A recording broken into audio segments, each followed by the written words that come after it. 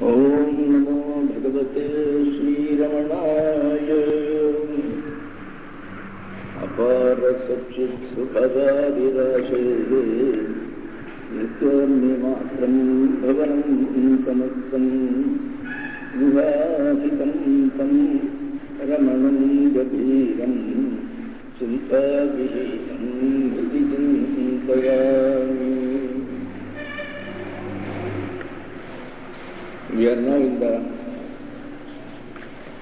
conclusive portion. There are barely about 10 verses which are left. So, it is just a winding up, more or less like summarizing what has already been told and also about the benefits which accrue to us out of this type of meditation, and finally by reaching the Supreme Consciousness. We are in the 52nd. Ghatatam vritamakasham niyamane yatha ghate ghato niyetanakasham tatvajjivo nabhopamaha. He says, he is giving an example. The space doesn't move. How? Now, this entire space, the space is undivided. And you keep an empty pot. The empty pot occupies some space. Some space has gone to the pot. You can call it the pot space. You can call it the pot space. In Sanskrit it is called the ghatakasha.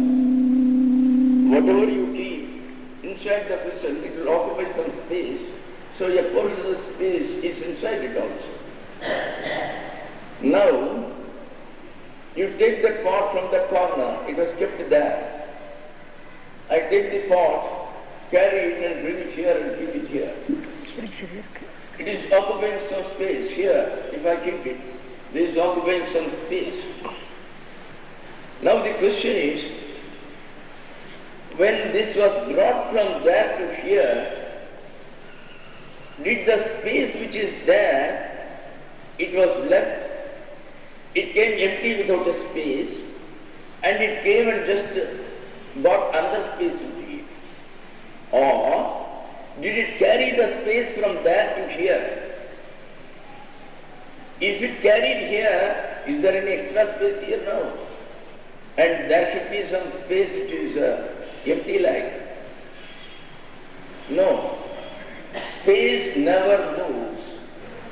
It is the pot which moved. And wherever you keep the pot, it occupies that space there. Suppose we kept it after about walking for a foot up to, then it occupies that space. When it came here, the space here was divided by the walls of the tumbler, by the walls of the pot. So a little of the space went inside, that's all. It is an artificial division. Space cannot be divided. How can you divide the space? But if you keep an object, the object occupies a space, the space goes inside it, in that place. But the space itself never moves. It is the pot which moves. So, that is what he is saying. In the same way, the jiva never moves. The Atman, the jivatman, the individual soul, it remains where it is. It never moves. But I say that I went there, I went for my coffee. So we think that Atman is the body, so the body moves. No. The jiva has no movement. It is almost like last time what he told. Yesterday we started with it. Na gataha, na agataha, na agatoham, gato vapi, 47th shloka. So what comes is the body. The Atma never walks. What goes is the body. The Atma never moves. the Atman remains the same. When I travel in the train from New Delhi to, say, Tiruvannamalai, I don't move. It is the train which moved and brought me here. I never moved. So in a similar way, the Atman never moves, but because of its close association with the senses, like our body, hand, feet, all these things, the body and the senses, the movements of the senses are superimposed the Atman. When my hand moves, I say I move. When my feet are taken me to the dining hall, I say I went to the dining hall. I don't say my feet went over there. So, it is a superimposition of the Atman, the I, the real I, which is the Atman, it never moves. It never goes to the dining hall. It is the feet which went to the dining hall. So, that is what he says. Gatatam pradamakasham niyamane yatha ghate. Now, there is a little space which has been occupied by a pot, ghata samurtam. Akasha. Akasha means space. A little space, samurtam has been surrounded or it has been occupied. Here it means occupied.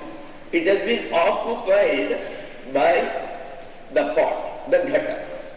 Now, niyamane yatha ghate. Niyamane. When that ghata, when that pot is being carried, just like when that pot is being carried, yatha, just like ghate niyamani, when that pot is being carried from one end to another end, then ghato niyeta na akasham. We only carry the pot, we don't carry the space from there to here. The space remains where it was. So, ghataha niyata, the pot will be carried, na akasham, not the space. That would be in the same way, jivaha nabhopamaha. This individual soul, it is just like this, nabha means akasha, that is the space. It is just like the space, it never moves. It is the body which moves. Just as it was the ghata, it was the pot which moved. Similarly, the Atma never moves, the body moves, but due to delusion, we feel as if I am moving. The next one. Bhinne kumbhe yatha akasham akashatvam prapadyate vibhinne prakrite dehe tathatma paramatmatam. Here there are two important concepts of Vedanta are being talked about. In order to understand the relationship between the individual soul and the Paramatma, the Supreme Being, there are various concepts which have been incorporated in our philosophies in order to make us understand. The one is called the Pratibimbavada. Pratibimbavada means the concept of reflection. Because the question arises, how is it? When you say that there is only one Atman which is everywhere, which is in all the beings, but we find different people. If there was only one Atman everywhere, then when I get sorrow, everybody should get sorrow. When I weep, everybody should weep, because there is only one Atman. Then how is it that each one has got different emotions, different reactions, and it is not one and the same? Then how do you say that there is only one Atman? For this is being explained by one particular tenet, theory or concept,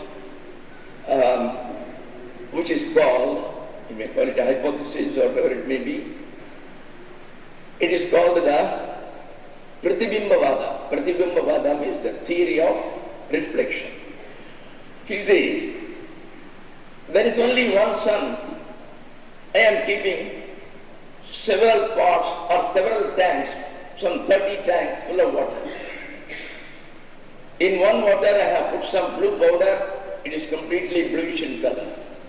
In another one I have put a reddish color, it is reddish in color, that water.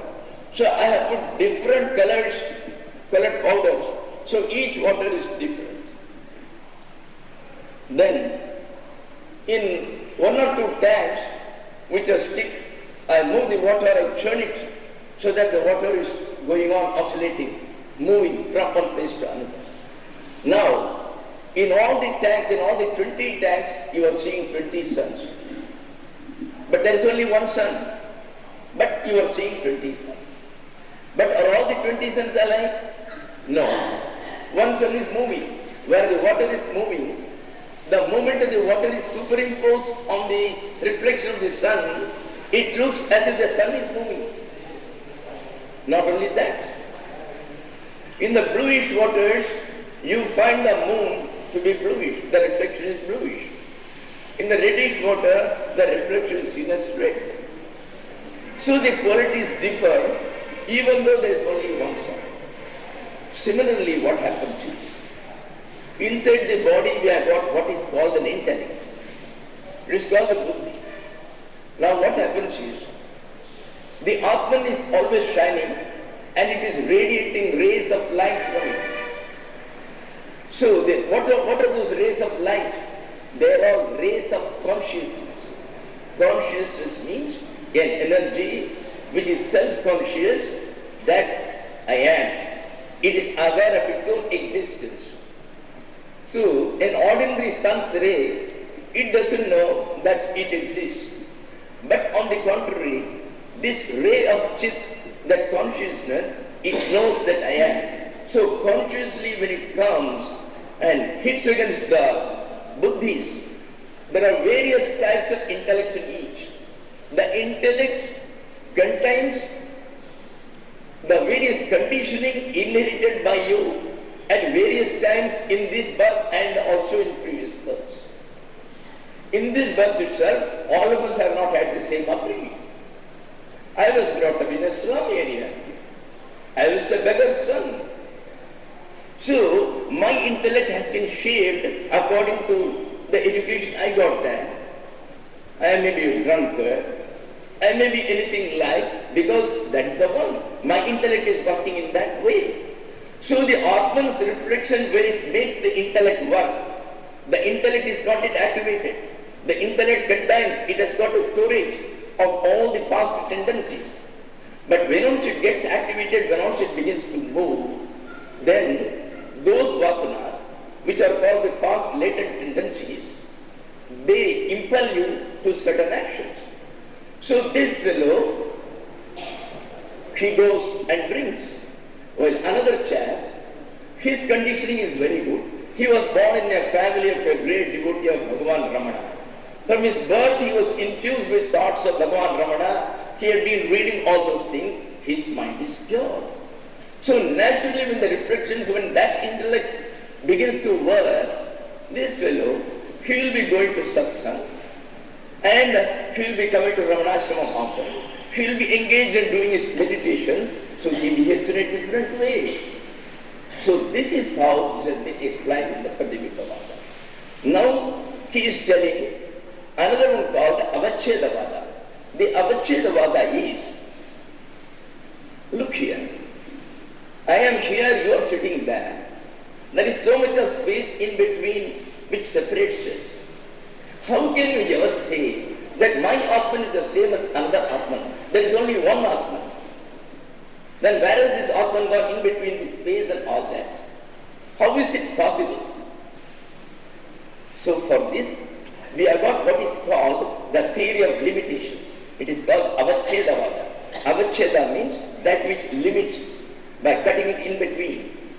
Something which is indivisible, it is artificially cut or divided.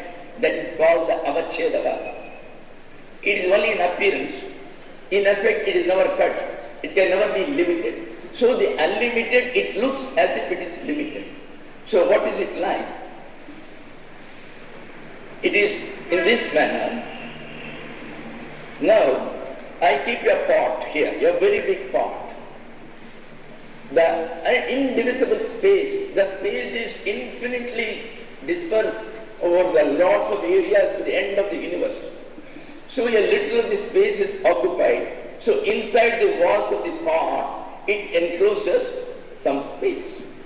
The pot is made up of clay. It's a pot of clay. Now, so long as it is there, supposing there are three pots, pot number 1, pot number 2, pot number 3. In order to distinguish, what I would say is, bring that pot number 1. So the pot number 1 has got pot number 1 space. Pot number 2 has got pot number 2 space. So, the space thinks inside the pot, I am pot number 1 space. It has lost its identification. It has forgotten where from it has come, its real nature. It doesn't know that I am the part of the infinite space. And as such, the moment it came into the pot, it identified itself with the pot and has begun to think, oh, I am the space of pot number 1. The other one says, hey, I am the space of pot number 2. See the color of this pot, this is blue, I am better than you. You are raw. You are just the color of the clay. Look here, they have beaten me. So, each one begins to think that it is separate. Now supposing one of the pot breaks, what happens? The space joins the space. The artificiality with which you just divided, that artificiality has disappeared. So, this Ghatakasha merges in the Mahakasha. This is the terminology used in Vedanta. Ghatakasha means the space inside the pot, it joins the infinite space, that's called the Mahakasha. So this Ghatakasha joins the Mahakasha. Was it ever separate? It was never separate. Even through the wall, it was a continuity. The space was a continuity. Now you find two pots having different spaces. No doubt, there is a difference of 1 furlong between the two pots. Does it mean that these two are different spaces? No. In between also the great space is there, even though it is not perceivable to our gross eyes. But we know from physics that space exists everywhere. There is no place where the space doesn't exist. So naturally, it is only an appearance that pot number 1 is different from the pot number 2. But actually it is connected. That wrong notion or delusion came because of the identification of the space with the pot. Similarly, I have identified this Atman with this pot. Atman is consciousness. Consciousness is an energy which knows itself, which knows I am. It is existence. It is not a question of I am, it is existence itself. And it is everywhere. Because of the Atman only, I exist, you exist, he exists, the pot exists, your mic exists, the pillar exists, the shrine exists, everything exists. It is the very essence of existence of everything which exists in this world. So, naturally, when the body is there, you think that this is the soul of Swami Shantananda. And you think this is a different soul, this is the soul of Dr. Gilbert, Dr. Om. And this is the soul of Mr. Srinivas. So we think that we are individual souls. But then, Atman is imperishable, it is immutable, it never dies, it is only the body which is subject to birth and death. So just as when the pot broke, the space inside joined the overall space, similarly, what happens is, when a Jivan Mukta, he realizes the soul, when he leaves the body, what happens to his soul is the question. For all other people, it is given in a different manner. If an ordinary fellow like me, if I were to die, well, if I had been leading a good life, praying for the Lord for about an hour or two every day, and doing my work properly without cheating anybody, leading a good life. But I have not done that much of any spiritual practice. I have not gone to that extent. Then normally what happens is, this soul has got two paths to go. The one is called the lighted path, the other is called the dark path. The one is called the Pitriyana, the other is called the Devayana. There are two paths. So a person who has been good in this life has been sometimes thinking of God, well, he will go by the Devayana. And as he has not done any special worships of the final being, of the Supreme Being, he will be taken to what is called the various worlds, say the heavens, the seventh heaven or the sixth heaven or the fifth heaven, whatever he may be, according to what he has done, he will be taken there. He will be there for some time, till his merits are exhausted, till the good deeds he has done for which he has to reap some good time in the heavens, some enjoyment, till it is exhausted, he will be there. And again he has to come back and take his part. As regards the soul of other people who have never thought of God, who have been leading a hedonic life, that is, eat, drink and be merry, and was never bothered about any Supreme Being or of insisting at all, was neither disturbed God or disturbed himself about it. Such people will go to different places. He will go to the land of the moon, which is called the Pitraloka. Pitraloka means the land of the ancestors, the dead ancestors. They are all imagined places, that's all. They are as much of an imagination as this world. So, but from there, they will later on taken to some various hells or whatever it may be, and again he may be brought back to another womb. So, all that souls goes to some place or other in the imagined plane, because they are not yet gone to the imagination, the ignorance remains. So long as the ignorance remains, you will be wandering among the various planes of existence at this level of consciousness mostly, or a little better. But it won't be the highest level at all. Now, as regards the Jivan Mukta, the one who has realized, what happens to him? It is said, Naitasya prana utkramanti. His soul, his prana cannot go outside anywhere because he is already one with the Brahman. He is one with the Atman. The Atman is everywhere. He is just like the part space, and the part space is merged in the main space. Only the body is just artificially dividing it. But it's all that one Atman only, and he is aware of it. He lives in the Atman. He has become the Atman. So in his case, where from to go where? Atman is everywhere. The question of going somewhere will arise when the potential is high here, when the potential is low there, the electricity will flow from there to here. Water will flow from a higher level to a lower level. Here when the Atman is there, equally distributed at all places, the question of it going anywhere will not arise. As this is identified through the Atman, it has left off its identification with the body. So, what happens? When this pot is broken for a realized soul, that the so-called individual soul, it is only individual soul for you and I.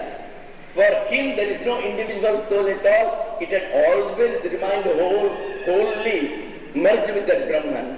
So it joins it. It is only from our viewpoint. And that is called the Videha Mukti. According to some of our philosophical tenets, the liberation we get while alive, even though it is complete for all purposes, he becomes one with the Brahman. But so long as the body lost, the body of the Jivanmukta lost, after the enlightenment, Buddha remained for about 50 years or 40 years life. He lived up to his 70th year or 80th year life. So, during that period, so long as the body is there, 0.001% of the liberation is less. The full liberation is being all alone, 100% with the Brahman, which is called the Kaivalya Mukti, which is also, Kaivalya means alone, Kevala means alone. So Kaivalya means the state of being all alone. That's called the Kaivalya.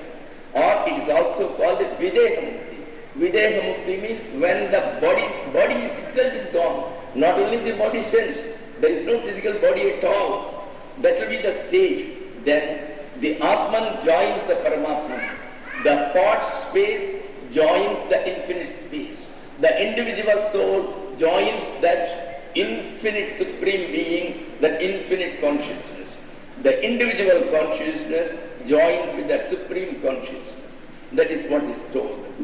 Bhinne kumbhe yatha akasham, kumbhe bhinne sati. When the pot is broken, bhinna means broken. When the pot is broken, yatha akasham, just like the space which is inside the pot, akashatvam prapadyate. It joins that infinite akasha, that infinite space. The second akashatvam means the quality of the infinite space. It just takes all the qualities of the infinite space, it joins with the infinite space.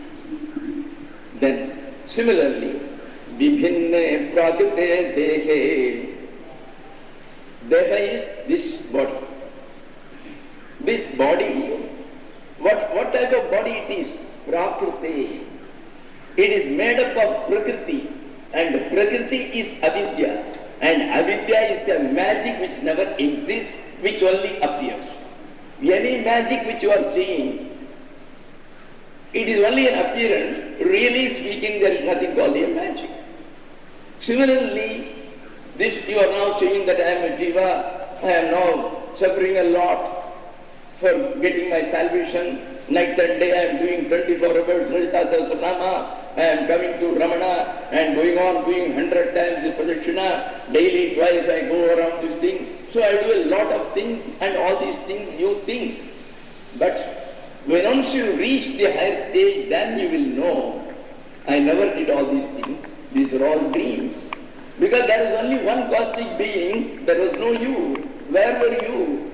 The question of you being there and you doing something never arises. There is God. It is only that one cosmic being which is taking all the acts. It's all an act. Everybody is liberated. There is no question of getting liberation. Only thing is we are not aware. That is what causes all the problems. So, Prakriti Dehi, this body which has been constituted out of the three gunas of Prakriti. So, Prakriti means it never existed at all. It looks as if it was there. It looks as if the body has died. So, Vibhinne, when it dies, when it expires, when this body dies, when it is broken asunder, then what happens? Tatha Atma Paramacharya Prapadyate. The individual soul joins this infinite soul.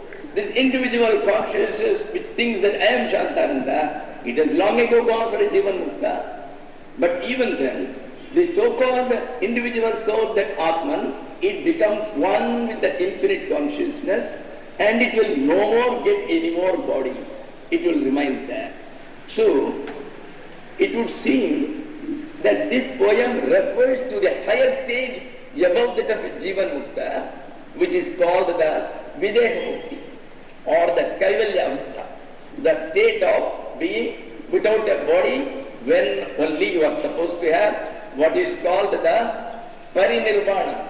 Parinirvana is a term which has been used by the Buddhists to indicate that final ultimate state of grace which one reaches after the body is also left. Even though he is only a Buddha, but that is only nirvana or enlightenment, while the final stage is called the superior nirvana, the superior liberation, or the parinirvana. Now, ityuktam adhikarena sarvajnana adhikarinam sarvabandhat vinirmukta sarvajno sarvago bhavet. Whatever is to be told by Atma, So far, it has been told. Iti Uttam, it has been already told. By whom? Sarvajnena Adhikarina. By a competent master like Lord Shiva himself. All these things are being told by Lord Shiva. It is a conversation between Lord Shiva and Guha. Guha means Kartik, Subramanya, Skanda. So, what sort of competent master he is? Sarvajna, he knows everything. What is that the Lord doesn't know? We are talking of Shiva. We are talking of Shiva, the highest supreme being, the super consciousness. We have only given him a form by calling him as Lord Shiva. We have only given him a name. So the supreme consciousness itself, when it tells you, this is the method by which you can reach me, is it not very authentic? So Adhikarena, with all authenticity it has been told. Adhikarena Uttam. So whatever is told, you take it. This is not some fib. This is not some fabrication of somebody's mind. These are all actual facts. If one follows it, one is definite to reach that highest state of bliss. So he says, Adhikarena Sarvajnena Adhikarina. By a competent master who is omniscient, who knows everything, he has told it with authenticity. Because whatever somebody says, you can't believe. Supposing a boy next door to you, he comes and tells you, I saw a white crow. You will say, oh, this fellow is just fibbing, it's not correct. But then, if your own grandfather is to say, who is 85 years this morning I saw, then it will make you think. You are likely to believe in it, because it is more authentic. So the person from whose mouth the words come, on that the authority depends. Sarva bandha vinirmuktaha. So a man who reaches this highest stage of consciousness by following the method prescribed in this book, Sarva bandha vinirmuktaha. He gets released from all type of bondages. No more bondage, no more birth, no more death. The entire cycle of birth and death disappears. Sarva bandha vinirmuktaha. And not only that, as he has become fully 100% one with that Supreme Being, he becomes Sarvajnaha. He becomes omniscient. There is nothing which he doesn't know. If only he wants to know something, if he just keeps himself, if only he wants, he desires, yes, I would like to know about this, he can know everything. If he wants to know about somebody who comes to him, what is his previous birth like, or what is he doing 20 years back, he can know. Sarvajna. Not only that, Sarvada, he can go anywhere he likes at any time. Anywhere doesn't mean only the space. He can even go inside dead bodies and he can enliven those bodies. This has been done by so many. Our Adi-Shankara, he went into the dead body of a king Amaruka for certain purposes. Similarly, there is a very great saint known as Tirumala, who has written a beautiful book called Tirumandiram. It is a very, very beautiful book of philosophy in Tamil. There is nothing equal to it at all. It is so beautiful. And this Tirumala was a yogi. He was a very old yogi. One day, when he was going, he found a number of cows were standing and they were all shedding tears. And he found the cowherd boy who was grazing down. He had died and he had fallen dead there. His body was there. So all the cows were surrounding him, and because the cowherd boy used to be so kind, so friendly to all the cows were all weeping for him. When Tirumala saw this sight, he couldn't contain himself. Then in all compassion towards those mute beings who cannot express their sorrow, he said, I should do something about it. He left off his body and entered into that shepherd's body.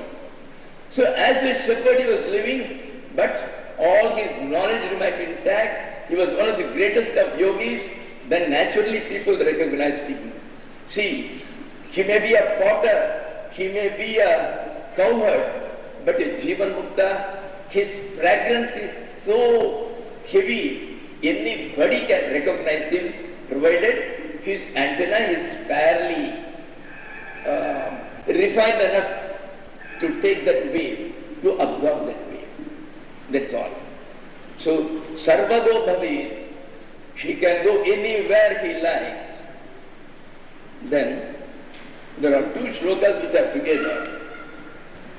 Tadagaman samparigritya sarvan shuchim grihitva atmasamadhi yogam asmat param nanyadihasti kinchit jyatvaiva sandhyavya mano vikalpam vijnanamevam samupasya vidvan vishatyakayam satatam niyukta sarvatragami bhavati pramuktaha tadharma dharmi bhagiranta samstha.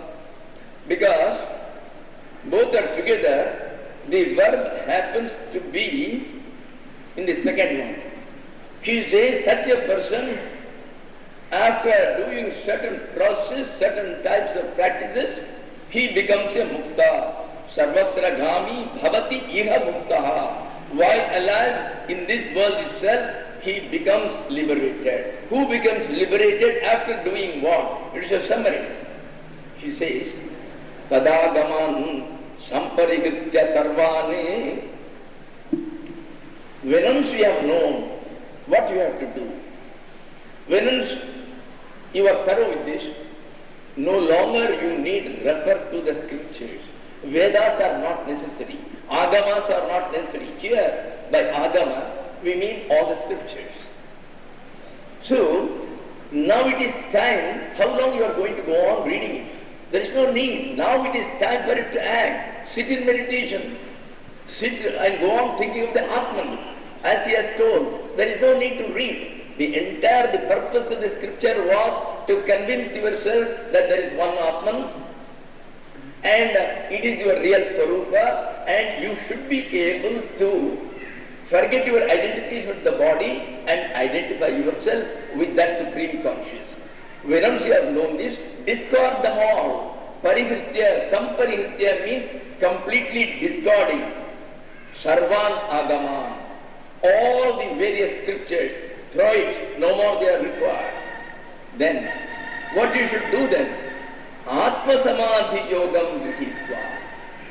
Now you take recourse to getting into a state of meditation and finally going into a samadhi, thinking of the Atma. Yoga means the path to reach the Lord. And the path which we are going to choose is the samadhi yoga, where you reach that state of super-consciousness, where you are merged with the Atman. Thinking of the Atman, you are merged with the Atman, that is the stage of Atma Samadhi. Samadhi is the final stage. Yes, there are various types of Samadhi. There are about 6 to 7 types of Samadhi. Sabija Samadhi, Nirbija Samadhi, Sabdanvid Sabija Samadhi, then Savikalpa Samadhi, Nirvikalpa Samadhi. There are various types are told in the various texts. But as far as we are concerned with the ultimate Samadhi known as Nirvikalpa Samadhi. Yes, beyond that also is Sayat Samadhi. But when once you reach the Nirvikalpa Samadhi, Sayat Samadhi will automatically come to you in due course. So Nirvikalpa Samadhi is that stage where you are seeing no differences. You are one with the Brahman. There is no Shantananda, there is nothing else in this world. Everything is Brahman. Even with his eyes open, he will not see the tree, he will see the Brahman shining with effulgence in everything.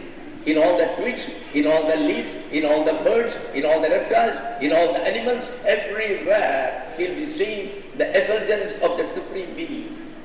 So, Atma Samadhi Yogam Grihitva. Take recourse to the yoga of Samadhi, where you will be thinking of the Atman. Atma Samadhi means a Samadhi where you are merging yourself with the super consciousness known as Atma. So Atma Samadhi Yogam. What type of Atma Samadhi Yogam it is? Shuchim. It is absolutely pure. What do we mean by pure? Pure means there will be no external adjuncts like the body interfering, the mind interfering, the senses interfering. Nothing will interfere because already you have discarded them, and then only you can come up to the Atma Samadhi Yoga. So it is a yoga which is pure by itself. Whoever undertakes it, he becomes pure. Shuchim means pure. Then, asmat param nanyadihasti kinchit gyatviva santyajya mano vikalpam gyatva. Then, be convinced. Know it very well. Gyatva here means be convinced. After being convinced that asmat param anyate iha kinchite nasti. This is the ultimate. This samadhi is the ultimate stage. Nothing else is required. No other spiritual practice is required which will be superior to this. The ultimate stage where you think of the Brahman, you become the Brahman, you merge in the Supreme Being, that is the ultimate stage. There is no other path, there is no other course which you may consider as superior to it. So this you should be convinced. Asmat param. Asmat means this. Param means superior than this. Asmati means than this. Superior than this. Anyat is something else. Kinchitri jiha nasti. Na kinchitri nothing. In this place, in this world, asti is there. There is nothing more different from this course of action. This is the only course of, final course of action is this. You may go by any path, but finally this is the stage you are going to reach, the Atma Samadhi. Whether you think of Vishnu, whether you think of Shiva, whether you go by the path of Upanishad, or whether you go by various types of meditation which have been prescribed, so long as the total meditation on the formless, or meditation on the form with form, but final stage is the Atma Samadhi, where you are merging yourself with the Supreme Consciousness. Then, Santyajya Mano Vikalpam. By this time, you would have left off all differences and differentiations in the world. The world will not look as multiple varieties as it looks to me today. Today I see various colors, various items, various objects. To him, there are no various objects. He knows pretty well these are all only deluding forms, but inside it all, it is that pure supreme intelligence, that supreme consciousness which is shining inside it. So he is able to see, he gets that X-ray eye of knowledge and deep perception which you can get only when you go deeper, deeper, deeper into the heart, into the deeper most concentration on that Atman, then you will automatically get it. Yatvaiva santyajya mano vikalpam. Next also we can finish. Now, Vijnanamevam samupasya vidwan.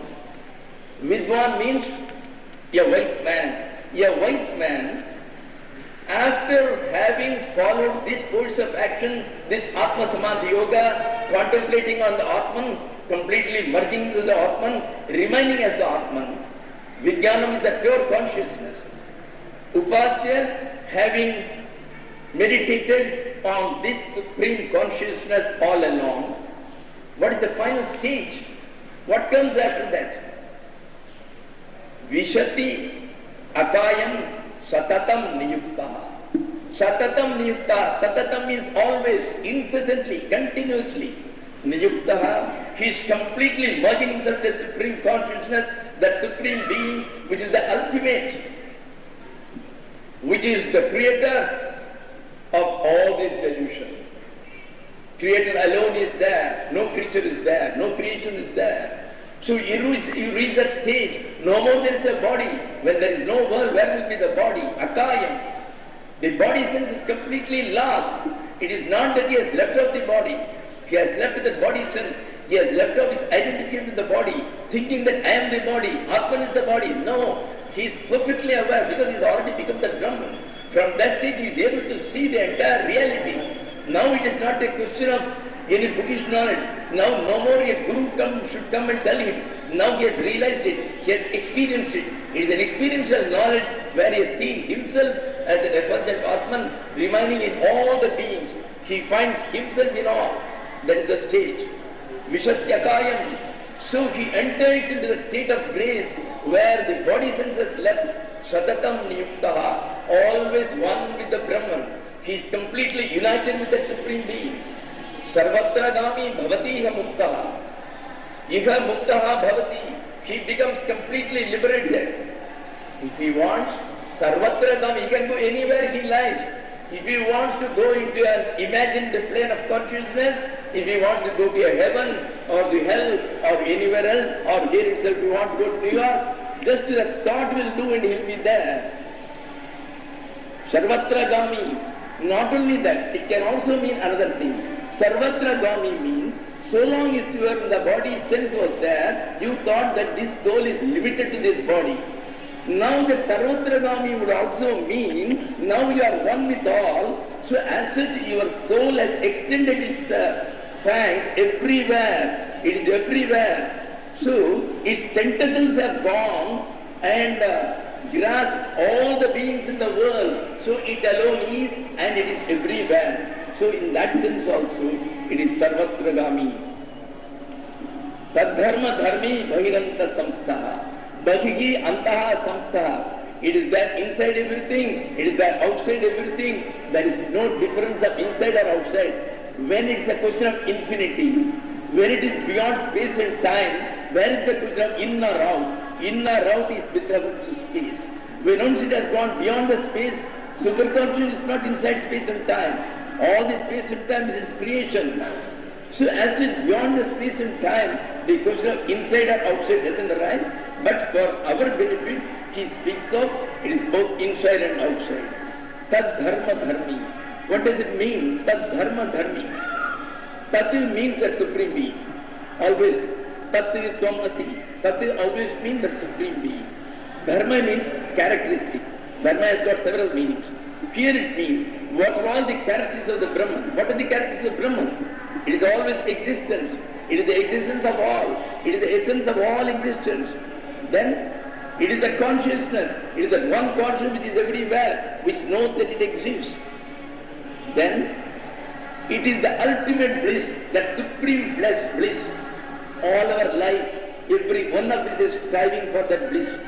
But unfortunately, we are going in the trodden path like everybody and falling into the same pit